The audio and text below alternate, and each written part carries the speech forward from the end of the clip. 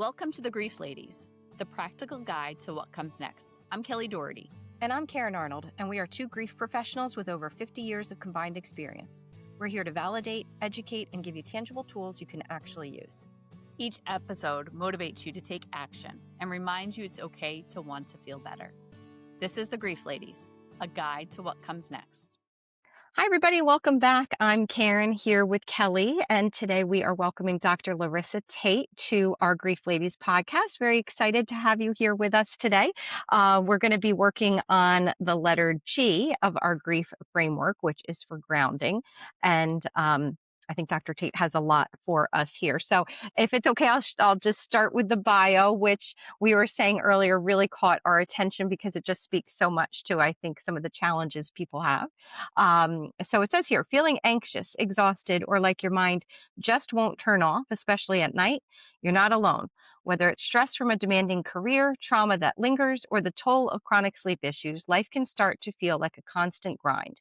Even high-achieving, capable people can feel like they're silently falling apart on the inside. Dr. Larissa Tate, a clinical psychologist specializing in sleep, anxiety, and trauma, helps people move from just getting by to feeling themselves and back to truly living with clarity, purpose, and room to breathe again. So, Dr. Tate, thank you so much for being here with us. Of course. Thank you so much for having me. Yeah, well, I mean, I think this speaks so much to our population of grieving people. And, G grounding, we start with this for a reason because, as we will often say, if we're not getting good sleep at night, it's really difficult for anything else to be functioning as it should. So we're glad to be talking to you today. Glad to be Thank here. you. Thank you so much for being here, Dr. Tate. We're thrilled that we're really excited about talking about this. So, as Karen mentioned, sleep is one of the things that our grieving clients struggle with so much, either falling asleep or staying asleep or both. And, they feel like they've tried the tools, they do all these things, and it still doesn't work. They, still wake up in the middle of the night or, as I've mentioned before, like they may wake up at the same time as when they got that phone call when their loved one died. Or they're just wake up and they start getting caught in that rumination cycle of thinking of all the coulda, woulda, shouldas and things like that. So, I know you're trained in CBTI, which for some people, they are probably not even familiar with what that means or the terms. So would you mind sharing a little bit about what that is and what that looks like? Sure. So CBTI, or cognitive behavioral therapy for insomnia, is an evidence-based therapy for treating insomnia. So what that means is that it has lots of science and research-backed support saying it's effective for the majority of people who go through it. It's really helpful for people who are having trouble getting to sleep, having trouble staying asleep, or those who are working or waking up way too early. And typically, we want to start thinking about using a therapy like CBTI when you're having those troubles 3 nights or more, and it's lasted for about 3 months. So, especially when we're going through things like grief or really any other major stressor, we know that sleep is really sensitive to stress. And so some disruption and sleep disruption is completely normal and pretty expected at that point. We just start to think about things like insomnia when it lasts for about 3 months, and then it's kind of a chronic issue. But essentially, insomnia is one of those really amazing therapies that it works pretty quickly. Most of my clients get some sort of improvement to their sleep within a couple of sessions. And it's also a short-term therapy. So most people think about therapy as lasting years and years and years. CBTI is actually really effective. A usual dose is about 6 to 8 weekly sessions. So within about 2 months, you've completed your plan of care and should be back on track to sleeping. Um, do you want me to go into kind of what the components are, what it looks like, or what might be Yeah. helpful? Yeah, that would be great. I think for somebody listening who may be new to therapy and may be a little worried about like, oh my gosh, what does this mean? And what does that look like? And Yes, yes. So CBTI has a couple of different focus areas. So the first thing that we will want to do is think about your sleep hygiene. And I think a lot of folks are probably familiar with what we mean by sleep hygiene. This is usually kind of what comes up on Google the first time you're thinking about Googling why am I having trouble sleeping and how to fix it. A lot of times your doctors or your other providers are recommending things like sleep hygiene to start, and that is a component of CBTI, but is not the main thing. With sleep hygiene, you can think of it as being a foundation for some of the other work that you're going to be doing with your CBTI trained provider. So things like, making sure that you're not drinking caffeine within 6 hours of bedtime, or you're limiting how much alcohol you're consuming because that can disrupt your sleep as it's metabolized in the body. If you're a smoker, you vape or anything like that, we want to be mindful of our nicotine intake. Are you being physically active? Are you exercising? Is your bedroom a good environment as far as being dark and quiet and comfortable? Wanting to make sure we unplug screens and electronics an hour before bed, right? Some things that we're probably, and a lot of the listeners are probably already familiar with. Um, but it also involves other strategies like, and I'll go into what each of these are, but stimulus control, sleep efficiency training, relaxation training, and cognitive restructuring. And so we want to make sure we have a good sleep hygiene foundation in order to make these other strategies effective on top of that. So when we think about stimulus control, this is really helpful because a lot of times when people can't sleep, the bed and the bedroom become this place of frustration, and we can really associate it with anxiety and wakefulness. And especially for those who are grieving, it's also can be a place that's associated with sadness and grief and loss and reminders of their loved one, especially if their loss is their spouse that they might have shared a bed with. Mhm. Um, Yes. yes. I'm so glad you And brought that so, up because that was on my list that I wanted to ask you because that's a huge thing for our widows, right? It's like absolutely. sleeping alone for the first time in maybe Mhm. 50 years, you know?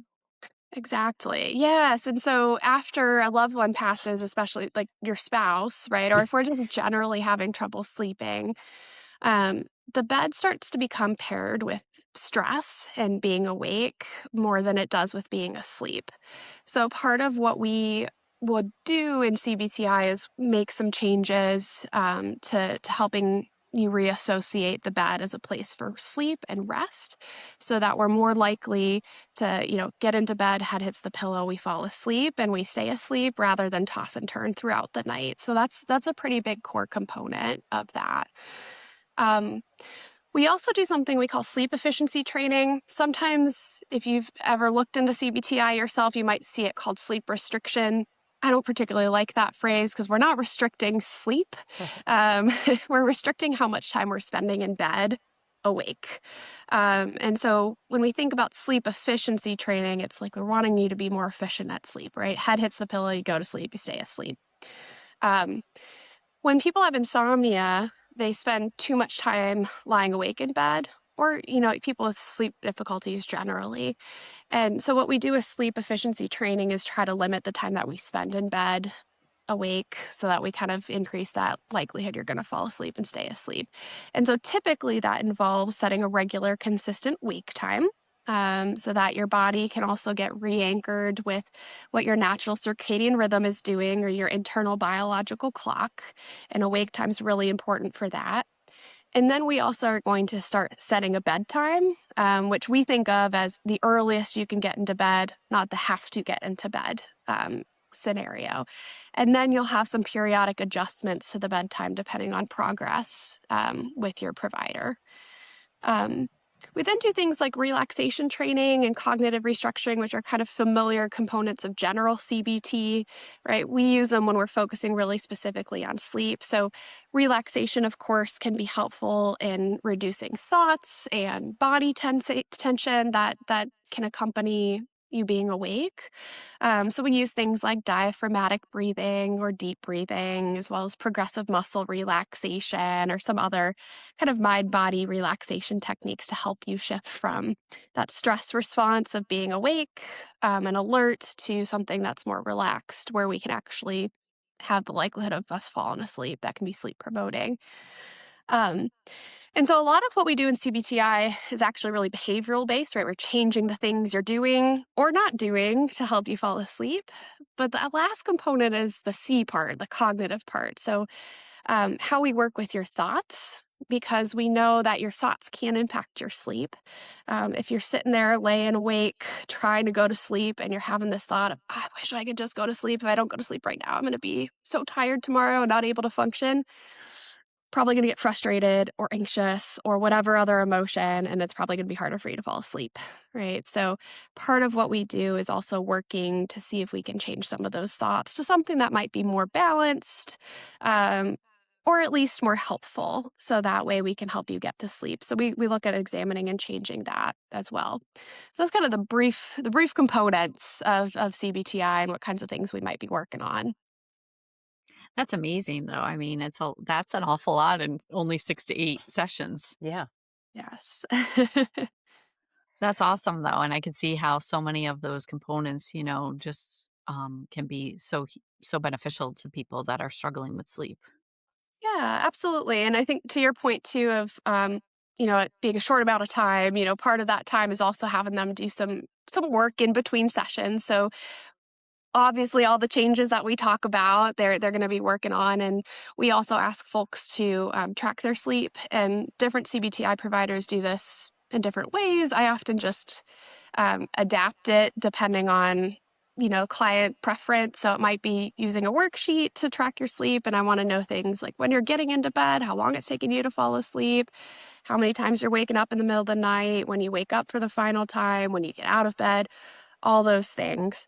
And sometimes we use like free apps. There's lots of great apps out there, or other kind of electronic ways of measuring that data and collecting that information. Are you ready to take the next step on your grief journey with real tools and compassionate guidance?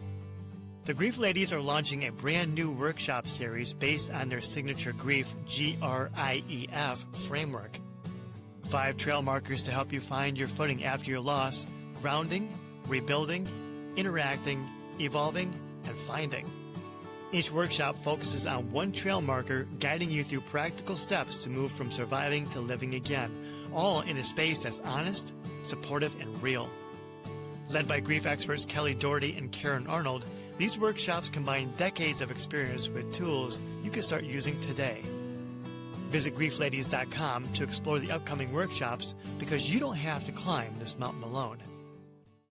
Well, I think it's just so helpful because, as we said, this is an issue that so many people have, and knowing that there is something that they can do. Because I think a lot of times sleep feels like something we're either lucky or unlucky about. Mhm, I know a lot of times when I'm talking to people about sleep, they're kind of like, well, yeah, of course I want to sleep well. It's not like changing your eating or your exercise or something that you feel a little bit more in control of. So that's part of it, I think, sometimes is feeling like it's this function, this thing we want to do that we have to do, and yet we don't feel like we get a lot of say. So it sounds like you're kind of giving them some of that, ability to be able to have a little bit more control over it. mhm, One question I have about like the idea of thoughts, and I very much understand and relate to what you're talking about with like that as it starts to go in your head that now I can't sleep and tomorrow is going to be worse, and it just kind of spirals on itself. But I know a lot of people when they are up at night are also, as Kelly was saying before, like ruminating, or some people are really having really traumatic images come back, mhm, especially in mhm. the very, very early time. I hear that a lot, that it's almost like they are just back in that hospital room again or getting that phone call again. And it's so intense, some of the trauma for some people. So, Mhm. how is that something that can be addressed? So I think I want to also just, normalize that process too, right? Like that is part of your brain and your body's way of starting to heal and move through, not get over, but move through some of those memories, right? And so it's natural for that to kind of come up at night, especially when the rest of your body is drained and exhausted, right? There's not much room to be able to quote unquote control those thoughts and memories. And so we're a little bit more vulnerable to those things at night when trying to sleep. Um, and so, if this is early stage grief, right? Where this is only very recent, a couple of weeks that maybe your loved one passed away, I wouldn't worry too much about it. It's distressing, of course, and it's kind of part of this natural healing process. If we continue to have those thoughts, right, and those images are continuously interfering with your sleep a month, 2 months, 3 months after your loved one's passing, that's when some things like CBTI or some other strategies might be helpful, and we might want to think about, um, if it's insomnia that's truly going on, or if it might be some other kind of factors that might be impacting sleep. So we know that trauma really impacts sleep, right? And it might be some PTSD symptoms potentially coming up that might be better addressed through that lens. But through CBTI, if that was coming up, one of the main things that I would suggest is try not to do too much ruminating or worrying or thinking about those things in bed. So if those things are coming up and it's really hard to kind of shut down, maybe after you've tried some relaxation exercises, we actually recommend that you just actually get up out of bed and we try something different. So not suggesting we watch TV in the middle of the night or anything overly stimulating, but something that might be a little boring or relaxing, that just shifts your attention just enough for you to start feeling sleepy again, and then trying to get back into bed. And we might have to do this a couple of times a night, until your body starts shifting and kind of making that association with the bed as a place of sleep and rest again. Um, so things like journaling, even reading something that's not particularly interesting. I've had a client who, she took her refrigerator or manual off the top of the fridge, and she'd sit and read that, and that would bore her back to sleep, right? But it's just enough to shift her attention, so she's not thinking about maybe the stressful parts of her day or lost loved ones, right? Or how she can't sleep, and allow her body to catch back up and get sleepy again. Yeah, that's actually advice that I've heard before. I had a family member having some sleep issues following a trauma, and with the sleep specialist, that was one of the bigger takeaways was the idea of really kind of boring yourself, and how important that is because we think of like a book or a TV show or something as being entertaining, but we're even kind of very invested in our worries and in the second guessing and all of that. So that idea, Absolutely. she said, even just imagining yourself folding your clothes, like don't even fold your clothes, like, Mhm. imagine folding your clothes or imagine, Mm. taking a walk someplace that would have no interest to you or something like that. And Yes. the refrigerator manual is a brilliant idea. Yeah. So, And yeah, it and makes that doesn't sense. yeah, it doesn't work for everybody. I had another client I shared that same exact thing with, and he was like, "That would be great. I love taking things apart and Yeah. putting them back together." Yeah. Right? Like, Yeah. so for him, not the best, suggestion because that's gonna keep him awake. Right. It's not gonna bore him, right? Um, so thinking about what might be most, helpful for you, like, yeah, and kind of, adjusting it based on what your interests are. So we're looking for something boring, relaxing, not something overly activating. Yeah, it's great. I mean, it's not something, there's a lot of things out there about sleep, but there's some things here that you're sharing with us that I think really are new ideas for people, which is wonderful Right. because that's helpful, really. So I'm curious, what about, I hear it happen a lot, like people are taking sleep meds or grieving people tend to go see the primary care pretty quickly after their loved one dies and they get thrown a Mhm. bunch of meds. And while some I understand and can be beneficial and helpful, sometimes these sleep meds I think can cause more problems than good. And even like a melatonin, for me, I can't take melatonin. It gives me crazy, weird dreams and I Mhm. feel worse when I wake up. So, any thoughts on that? Yeah, absolutely. I love my primary care docs and providers, right? They are the ones who see any kind of mental health concern, any physical health concern. They are our first touch point, right? Um, Medication can be helpful in the short term. It is not something we want to use in the long term. And I think that's where people get tripped up is thinking that medication is going to fix their sleep problems. I like to think of medication can be, a tool to kind of take the edge off when we're thinking about things like like grief, right? In the early stages of grief. Um, Things like CBTI, right, is actually the first line treatment we should be going for above and beyond medication, really no matter what we're kind of experiencing if we have chronic insomnia, right? And this is recommended by the American Academy of Sleep Medicine. It's also recommended by the American College of Physicians, right? This should be above and beyond medication. This is also something not a lot of primary care docs or providers are really trained in or know about, right? And so they're going to offer medications first. And typically people want to take medications first because, especially if you've already got a lot of all this other stuff on your plate, why do you want to add one more thing, which is therapy and attending weekly appointments and making these changes day to day or night to night, right? Um, but at the same time, taking medications, even over the counter things like melatonin or NyQuil or ZQuil or Benadryl, actually can make the sleep problem worse because you start to build a tolerance to it. Things like melatonin are actually a naturally producing chemical. So if you take it outside of the body through a pill, then your brain is actually going to be like, I don't need to keep producing that much, and it will stop making as much, right? So then you need more melatonin through the pill in order to even get to the kind of level that your brain was producing in the first place. So then we start to become overly reliant on it. Melatonin can be really helpful for things like jet lag, for things like in the really acute period of grief, right?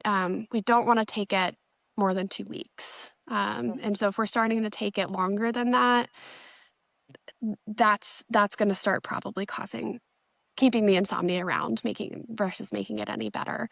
And then things that are a little bit heavier, right? Things like Ambien or Xanax. That's kind of a whole other scenario that we generally don't recommend. And I actually work a lot with folks to taper off of benzos alongside their prescriber because it's making sleep worse, not better. Yeah, it's amazing to me. I had a client one time, he had been on Ambien for 12 years. Well, yeah, And that's a so, I long mean, by time. the time he discharged successfully, he was off of that and off of, all the other meds, but it was a long road. Mhm. Yeah. Yeah, because there's side effects to that, right? And Mhm. and with things like therapy, there's side effects. It's just not, with CBTI, you might feel a little bit more tired at first before we get your sleep back on track, right? It's not things like the whole list of pharmaceutical ads, right, that they give you to look out for. Um, so just something to consider. Yeah. Well, one thing I find I talk to people about a lot is that, there's habits that we start. And as soon as we start grieving, we start, emotional, mental habits, things that we're reacting to, because you're really talking about starting over, especially, Mhm. again, people who maybe lost a spouse or someone they shared their living space with, their routine, especially that nighttime is so impacted. And so even if we don't recognize it, there are things that we are starting to do and how quickly that can become the habit, and then how difficult that could be down the road to Mhm. change that habit. So that's something I'm, trying to promote with people. I know Kelly does as well. And it kind of follows along this idea that, like, let's not be doing something that's just going to make our life harder. In the short term, it Mhm. may feel like a solution, but then long term, we have to kind of untangle ourselves from this thing that we did to try and help ourselves Right. in the beginning. Right. And it's a difficult balance too Yeah, between allowing self-care, right? sure. And also being mindful of things that might get in the way that keep the insomnia or sleep problem around later, right? So, like sleeping in, nope, that there's no such thing as catch-up sleep, that makes things worse, or staying in bed longer even after you've woken up, right? For people who are already struggling with sleep, that tends to not be helpful in the long term. And, while we're going through a grieving process, could also be helpful for that temporarily, right? Um, so I'm with you. It's a delicate It balance is. to find. Yeah. Like so many things. This is true. Well, so I'm curious, what about naps? If we are having sleep problems, we generally do not recommend naps.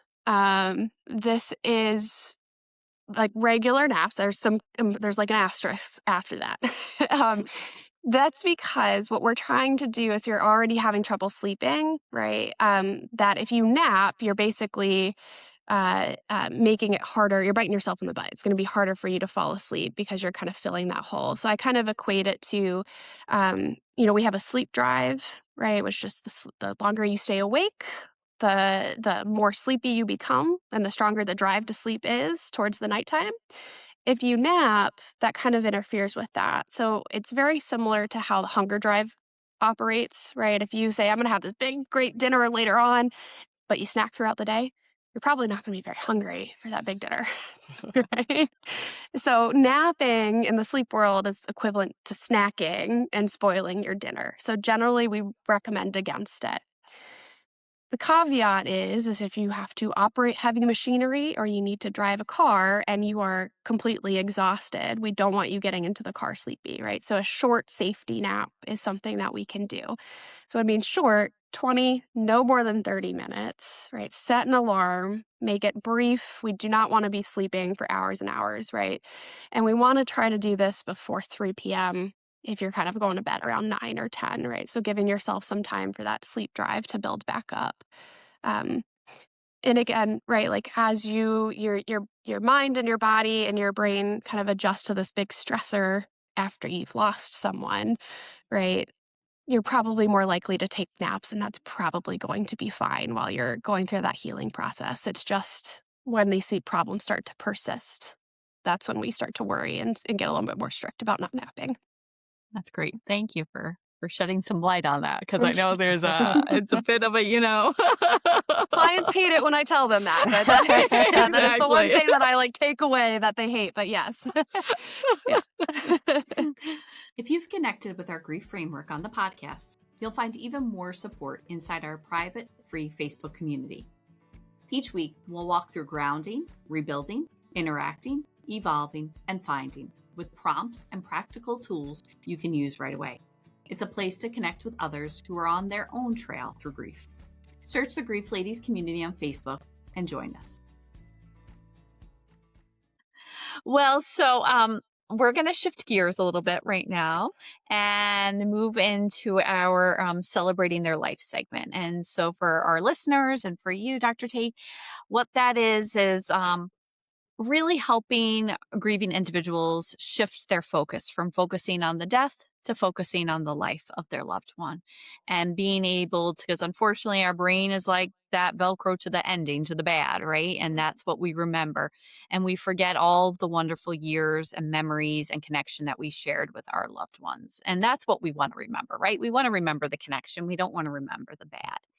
And so this segment is kind of thinking about, how do you personally celebrate your loved ones that may have died, or how do you work with grieving individuals to help them remember their loved ones? Are there practices or rituals, or what does that look like? Sure. I think that's such an important question too, is thinking about how do we take care of ourselves, and also how do we honor those who've come before us and that we're missing so deeply. Um, I think one of the things that I encourage my clients when they're grieving to think about, and I do this myself as well, is thinking about what my values are, or what their values are, how they want to live their life, right? What is the legacy that they want to be leaving behind?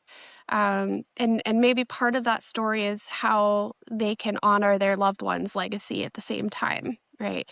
Um, and thinking about how to stay grounded in the present moment, right? Because time is limited for all of us, and all we have control over really is like the present. We don't have control over the past, and we don't have control over the future.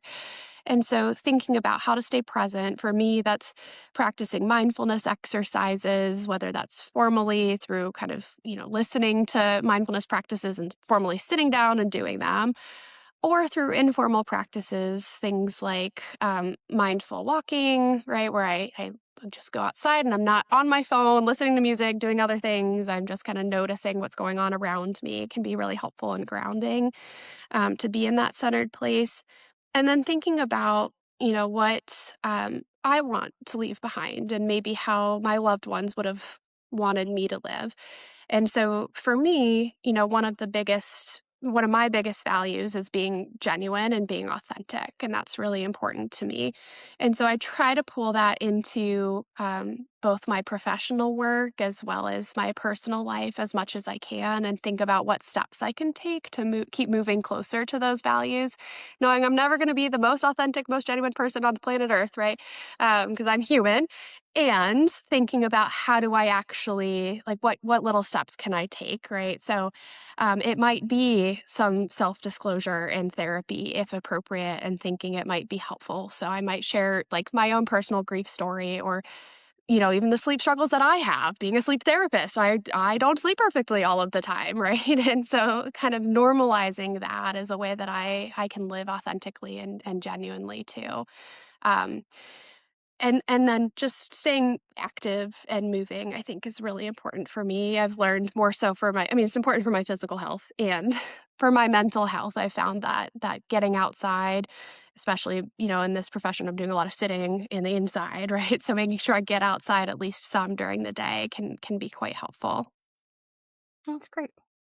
That's great. Thank you for sharing that. And I love that. I think that's, thinking about what their values are and what are yours and how can you, do that for them. Mhm. And I think, being genuine and authentic and is so important. I think more of us need to be able to do that. So, it sounds like you're really probably a great therapist for your clients, and Thank they you. they appreciate that genuineness because that's relationship is huge in therapeutic relationships. So being able to be authentic with them is really important. So Thank thank you you. for sharing that.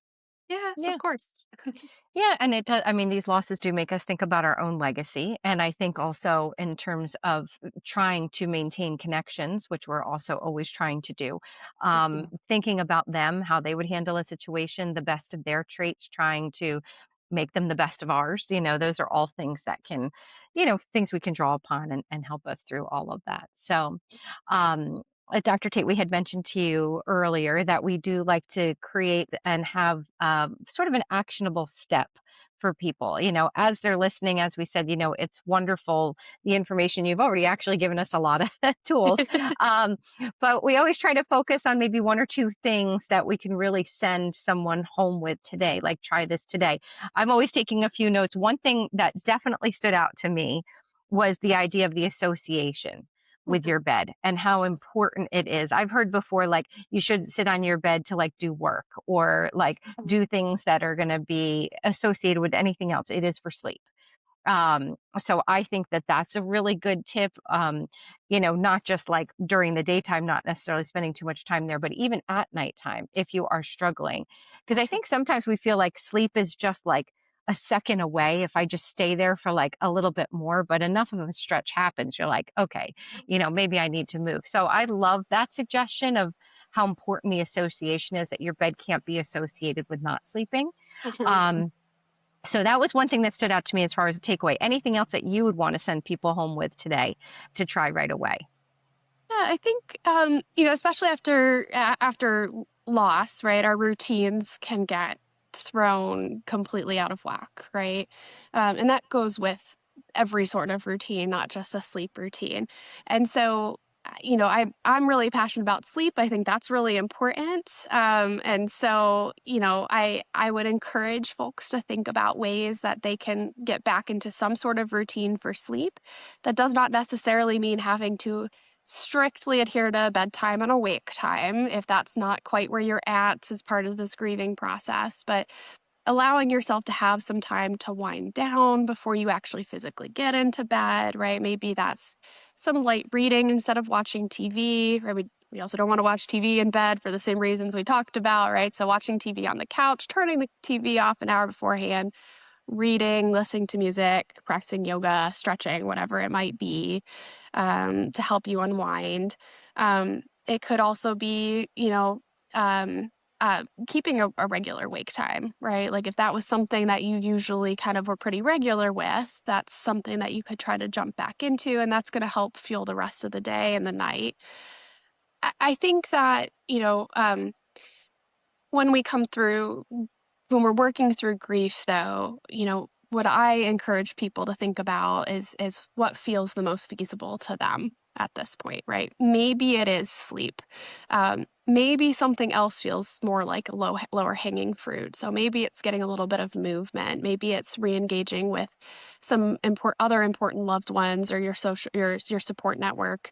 We know that people who are sedentary or lonely tend to have poor sleep anyways, right? So thinking about how that might be further complicated by grief. So if it's, going for a short walk feels more feasible than strictly adhering to awake time, great. Start with that, right? That movement's going to help with sleep too, and so is social connection. So, wherever you feel like you can start, right? That would be my first recommendation. And then maybe, some of these other things that we've talked about specifically with sleep. But recognizing that it takes some time to get back into a good sleep pattern, right? And that's okay. Yeah. We don't expect it to just flip. It would be cool if we could, right? Right. But typically that's not how it works. Yeah. Well, I guess it's the idea of really trying to do this in small steps, not trying to do everything all at once. Kelly and I always talk about sleep just because it's the thing that we're doing or trying to do every night anyway. It's something we really do need. And I think what you're talking about too is, this idea that like grieving people often feel really powerless and we're trying to empower them. And what you're saying, I think, is very empowering and trying to take some of that back because, again, feels so much out of our control sometimes. And we're trying to say, I think you're trying to say, there are things you can do. Mhm. And, start out with a few things, see how it goes. And maybe this is the thing that people can work on right Yeah. away. So, Yeah. so that's great. Well, Dr. Tate, thank you so much for being here today and for all the good information that you shared. If anybody wanted to find you or get in touch with you, how would they do that? Sure. They're more than welcome to reach out to me via email. It's my first name, last name, so LARISSATATE at Momentum Behavioral Health. That's my therapy practice. You can also visit me online at www.momentumbehavioralhealth.com. My phone number is also on there, so you can always give me a call too. If you're looking for a therapist, I'm licensed in New York, Maryland, Alabama, Florida, and soon to be North Carolina. If you're not in one of those states and you're interested in working with somebody for sleep or any other kind of areas, I have great colleagues I'd be more than happy to refer you to in other states too. That's wonderful. That's great. Well, thank you so much. Thank you for being here today. Kelly, thank you for everything. And thanks to everybody for being a part of our show today. We really appreciate it. Yes. Thank you so much for having me. It's been a pleasure. Yeah. Thank you Thanks. so much. Thanks for joining us on The Grief Ladies. Don't wait to feel better to get started. Getting started is what makes you feel better. Put this week's tool to work. If today's episode helped, share it with someone who needs it and leave us a review. We'd love to hear from you. And remember, we're here for you, your trusted grief ladies, navigating this path together.